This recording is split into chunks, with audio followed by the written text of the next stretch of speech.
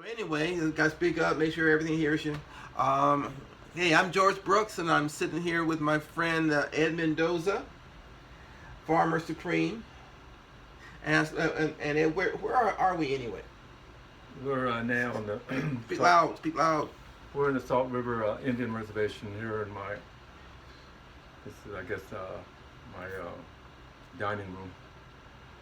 Well, we got a little I think it's about an acre here, and They're never gonna hear you. I'm not speaking loud enough. Nope.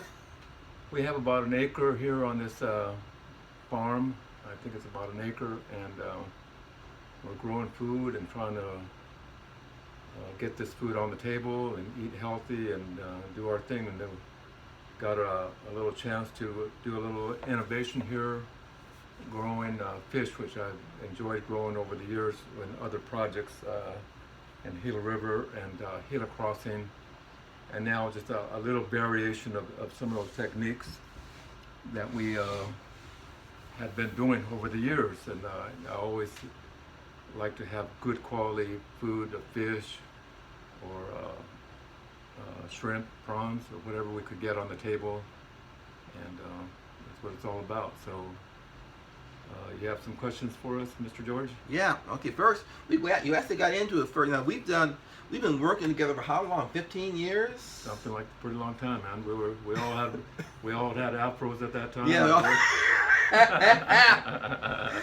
But no, I'm going to put some pictures of what we did in the past. See, the first thing was this farm called Aquaponics.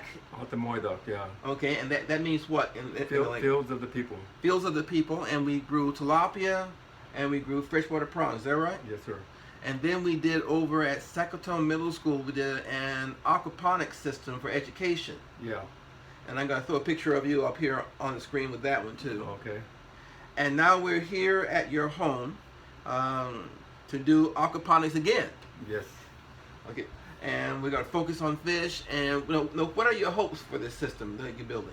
Well, a lot of people are trying to grow food these days, and with in particular now with this virus going around, and people are afraid to go to the stores, with good reason.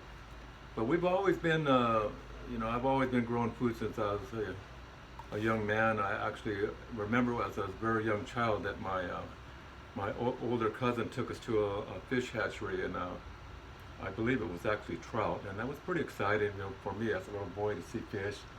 And ever since that time, I kind of always been out with nature, and I'm not much of a fisherman, but not much of a hunter, but I do like to grow food, and I'll hunt and fish when I have a little time.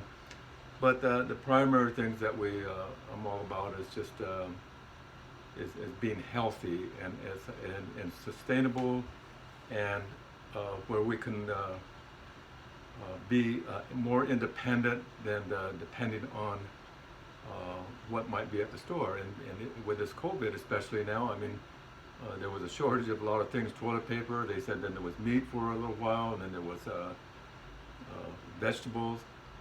And even on our little farm, sometimes we might not have all the crops that we want, but basically it's a fairly secure system. We have a decent water supply, and we just want to have a model for others to look at, so others can say, oh, well, gee, I could grow something in my backyard. I can grow a little bit in my backyard, and then it's a good therapy. I think people actually like growing if they slow down from rushing all over the place and running to the store, running here, running to work. Slow down, grow a little food, and it's a very, I've enjoyed it since I was a little boy over all these years. And I'm still learning how to grow food, still learning how to grow fish, and anybody could do this. You just gotta put love into what you're doing. As long as you got love in your heart, I think you could do whatever you want. And growing food is what it's all about for me.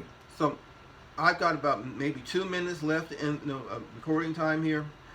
So if you always have these wonderful concepts as far as long-term thinking, and you plan the end before we even start. So if this works. We put in this aquaponics system, and we can grow both the plants and the fish. And thank you for, well, you gave me a big compliment once about being a good plant person now. Yeah. I came to him as a fish person. He said I learned enough plants to get by. So thank you, appreciate that. Yeah. But